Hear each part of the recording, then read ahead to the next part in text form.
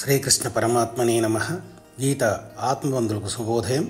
శ్రీమద్ భగవద్గీత బోధామృతం యథాతథ పరిష్కృత ప్రాచీన 745 శ్లోకములతో పొందుపరచబడిన సంపూర్ణ శ్రీమద్ భగవద్గీత కర్మషట్కము 6వ అధ్యాయం ఆత్మ సంయమ యోగము. శ్లోక సంఖ్య 22.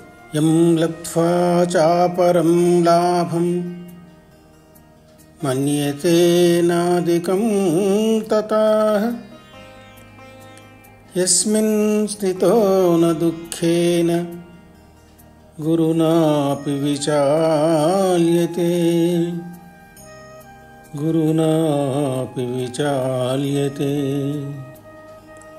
అఖిల విశ్వమందు అత్యుత్తమంబైన ఏది గలదో దాని నెన్నుకతన కష్టకడలిలోన కలతగాంచని యోగి పరమపదము పొందు భాగ్యశాలి.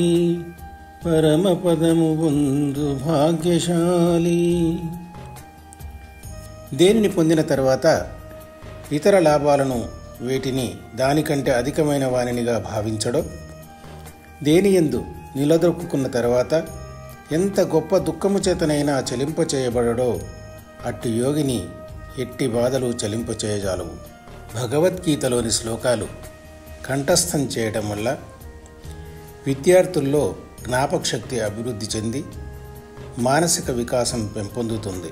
గీత నేర్చుకో, రాత మార్చుకో. లోకా సమస్త సుఖినో భవంతు. కలం గలం గీతారత్న సహజ కవి త్యాగ బాలరాజ్ యాదవ. జై శ్రీకృష్ణ.